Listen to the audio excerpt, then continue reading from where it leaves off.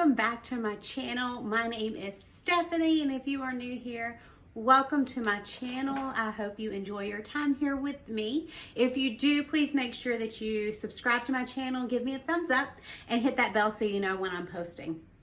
Today's video is just going to be about how we decide on the levels that our children are going to be working on, as well as grades, like not grading, but the grades that they're in. If it all goes together or not, just a few questions that I know some have in regards to that and how we do it. So when it comes to levels, I look at levels as the grade level for that work. So each curriculum does their levels differently. You really have to look at the curriculum that you love and that you want to use for the year or semester or whatever, and do an assessment test or whatever the case may be and find out what level of their curriculum your child is on. And then from there, your kid works through it. Now, just because your child is on level 3, but they're in 4th grade, level 3, but your kid is in 4th grade, does not mean they are behind. It just means that that's the level that they're on for that particular curriculum. And with that being said, behind what? Just because a level is different than the grade that their age should be in does not mean that your child is behind, because your child is only to be, compared. Your child is only to be compared to your child. They have themselves to compete with, and that is it. So if your child is advancing in one grade level or one subject but not the other, that's okay. Work with them more on this one, but allow them to excel on that one. So let's just use Cayman for example. He is on the Good and the Beautiful's level 1 literature. Okay, because that's what we're using. His assessment put him on level 1. He is in 1st grade for his age. That is the grade that he should be in. Now for math, he did an assessment for the Good and the Beautiful and is actually on level 2 of their math, as well as on level 2 of Masterbooks. Now I ended up going with Masterbooks because I have the level 2, the Good and the Beautiful, but I have the old one. And by the time I was ordering things, they didn't have the new Good and the Beautiful, or the Simple and Beautiful, I don't remember what it's called now, math for level 2 yet. So I went with Masterbooks. So he is on level 2 for math and on level 1 for literature, 2 different curriculums. And he's on 2 different levels, but he's in the 1st grade.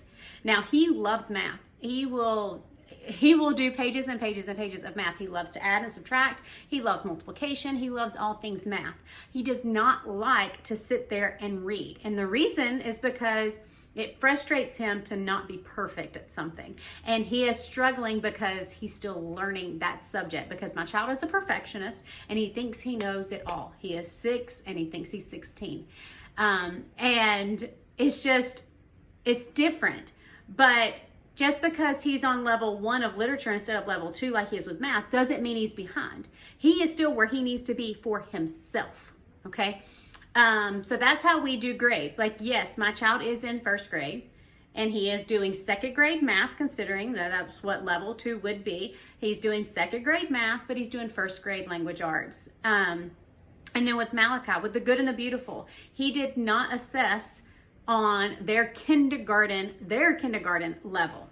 He did not. He is on their primer K level. That doesn't mean he's not ready for kindergarten. It just means he's not ready for the Good and the Beautiful's kindergarten curriculum. He is ready for the kindergarten curriculum for Masterbooks, just not. And so he's doing kindergarten Masterbooks math, and he's doing primer K language arts with the Good and the Beautiful. So it's different, and it's different for every kid. With Lana, if I were to have her to take an assessment for the Good and the Beautiful, she is in the 5th grade, but her assessment would most likely be level 4 for the Good and the Beautiful. And the reason I say that is because the Good and the Beautiful is pretty much a grade ahead. If you look at all their stuff, they're a lot of ways a grade ahead.